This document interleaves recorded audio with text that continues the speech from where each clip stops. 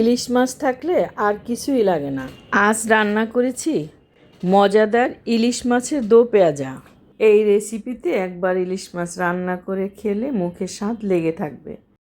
1 চা চামচ করে লবণ, হলুদ ও মরিচের গুঁড়া দিয়ে ভালোভাবে মাছের টুকরোগুলো মেখে নিলাম। এবারে একটি প্যানে 2 টেবিল চামচ পরিমাণ সরিষার তেল দিয়ে তেল গরম হলে এক এক করে মাছের পিসগুলো দিয়ে ভালোভাবে উল্টিয়ে পাল্টিয়ে ভেজে নেব।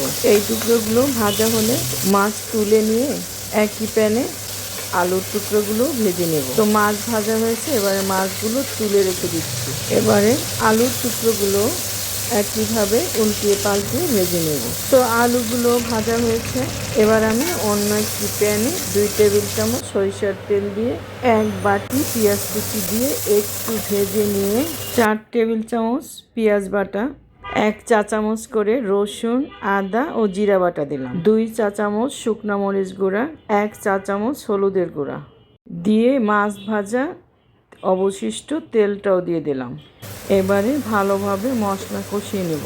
কষাতে কষাতে যখন তেল ছেড়ে দিবে ঠিক সেই মুহূর্তে আমি একটু পানি দিয়ে দিলাম, 1 কাপ পরিমাণ পানি দিয়ে দিলাম। ঝোল ফুটে উঠলে প্রথমে মাছের মাথা ও আলুর টুকরোগুলো দিয়ে ঢাকনা দিয়ে কিছুক্ষণ জাল করে নেব।